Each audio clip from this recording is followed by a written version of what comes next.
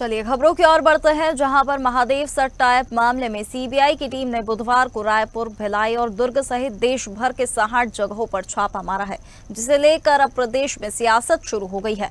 वहीं छत्तीसगढ़ के उप मुख्यमंत्री विजय शर्मा ने कहा कि मुझे पता चला है कि सीबीआई ने छापेमारी की है, लेकिन मुझे पता नहीं है कि किस विषय में की है और किस विषय पर यह कार्रवाई की जा रही है।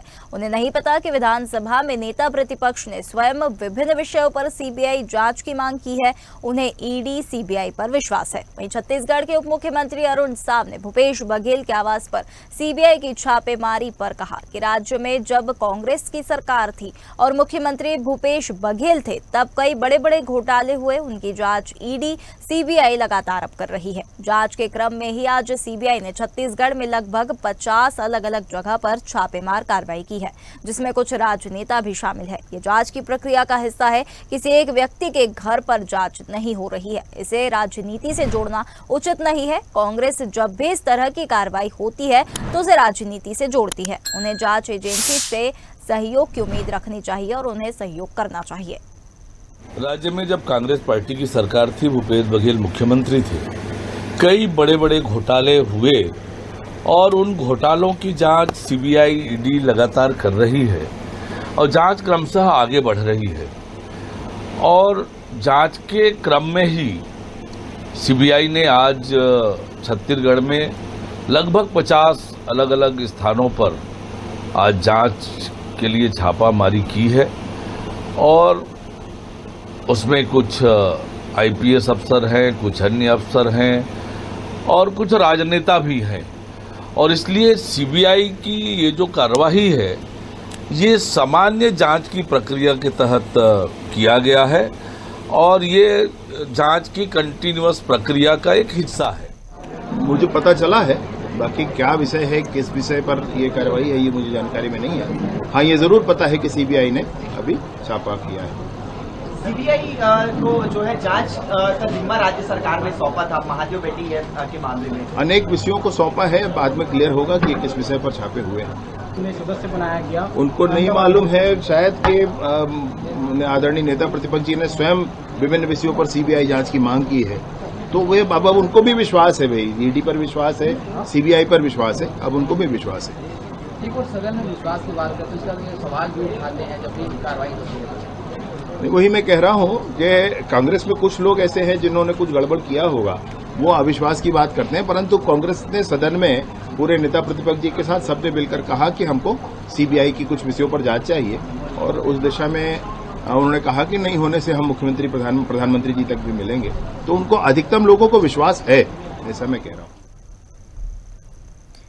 हमारे साथ सुधीर वर्मा यहाँ पर रायपुर से हमारे साथ जुड़ चुके हैं इस खबर पर अधिक जानकारी के लिए। सुधीर, यहाँ पर भूपेश बघेल के घर पर यहाँ पर कार्रवाई की गई है, ईडी ने छापेमार कार्रवाई की, इससे पहले भी की गई थी। अब क्या कुछ यहाँ पे स्थिति देखी जा रही है, क्या कुछ अपडेट है वहां से? भूपेश बघेल के उनके ठिकानों पर छापेमार कार्रवाई की और न केवल भूपेश बघेल बल्कि कई ऐसे अधिकारी हैं जिन जो उस वक्त भूपेश बघेल के कार्यकाल में तमाम जो पदों पर नियुक्त थे उनके ठिकानों पर भी लगातार छापेमार कार्रवाई की। और मैं इस वक्त मौजूद हूँ राजधानी रायपुर के भूपेश बघेल के निवास के बाहर। लगातार जो कांग्रेस के कार्यकर्ता है वो यहाँ मौजूद है, उनसे बात करने का प्रयास करते हैं, क्या कुछ बात मुद्दों को लेकर बातचीत कर रहे हैं। इस पर अधिक बात करने के बाद धनंजय सिंह ठाकुर जी मौजूद है। धनंजय जी, लगातार छापेमारी कार्रवाई की जा रही है, सुबह से ही कार्रवाई हुई है और आप बाहर धरना देने का न दे रहे हैं। जिस प्रकार से भूपेश बघेल जी के चरित्र हनन करने के लिए, छवि धूमिल करने के लिए सीबीआई षड्यंत्र रच रही है और मोदी सरकार के इशारे पर रच रही है, हम इसका विरोध कर रहे हैं, हम तानाशाही का विरोध कर रहे हैं। अभी आपने देखा होगा कई घंटों छापा के बाद एक व्यक्ति आता है जिसके पास 4 बैग हुआ करते हैं और उसके बोलता है सीबीआई का अधिकारी, हमने कहा बैग दिखा दीजिए, तो बैग नहीं दिखाते हैं। इसे समझ में आता है उस बैग में ऐसा कोई दस्तावेज लाए हैं, ऐसे कोई संदिग्ध दस्तावेज है जिसके लेकर भूपेश बघेल की छवि सुमिल करने का षड्यंत्र रचा जा रहा है। स्पष्ट है, कार्यवाही पूरी तरीका से विपक्ष को दबाने के लिए है, विपक्ष की आवाज को चलने के लिए है, डराने के लिए है। पर कांग्रेस के नेता कार्यकर्ता नहीं डरेंगे। ये भारत की भूमि है, यहाँ वीर पैदा होते हैं, कायर पैदा नहीं होते हैं और कायर लोग जो है भारतीय जनता पार्टी में है। हम लड़ेंगे और जीतेंगे। ऐसे अधिकारी भी जिनकी यहाँ कार्रवाई हुई। अरुण साहू जी क्या क्यों नहीं पहुंची सीबीआई? अरुण साहू जी क्या ईडी क्यों नहीं गया?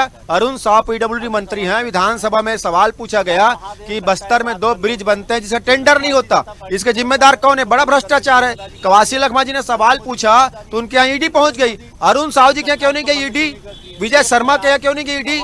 विष्णु शाह जी क्या क्यों नहीं गई ईडी? इस प्रदेश में 1.5 साल से भाजपा की सरकार है, महादेव सर टेप चल रहा है, तो इसके लिए जिम्मेदार तो शाह जी हुए ना, विजय शर्मा जी हुए, अरुण साहू जी हुए। क्यों नहीं पहुंची सीबीआई और ईडी उनके यहाँ? महादेव को 100% संरक्षण केंद्र की भाजपा सरकार दे रही है, क्यों ईडी नहीं पहुंची नरेंद्र मोदी जी के यहाँ? तो ये सिर्फ विपक्ष की आवाज को दबाकर अपनी नाकामियों पर पर्दा करना चाहते हैं, अपनी काली कमाई से जनता का ध्यान भटकाना चाहते हैं। अभी अमेरिका के राष्ट्रपति ने कहा ना कि 182 करोड़ रुपए ट्रंप ने उनको मोदी जी को दिया है, क्यों नहीं गई सीबीआई उसके यहाँ? क्यों नहीं गया ईडी उनके यहाँ? गौतम अडानी के ऊपर 2000 करोड़ रुपए भ्रष्टाचार के आरोप लगते रिश्वत देने के भारत में, क्यों नहीं पहुंचा? जज के यहाँ क्यों नहीं पहुंचा? भूपेश बघेल किसान की आवाज उठाते हैं, भूपेश बघेल इस प्रदेश की युवाओं की आवाज उठाते हैं, कांग्रेस के नेता सदन में इस देश की जनता की आवाज उठाते हैं। डरी हुई भाजपा की सरकार, मोदी सरकार, विपक्ष आवाज उठाए या व्यंग करने वाला आवाज उठाए या पत्रकार आवाज उठाए तो ईडी सीबीआई फायर की धमकी देते हैं। हम डरने वाले नहीं है, ये देश का नागरिक तानाशाही के खिलाफ खड़ा हुआ है।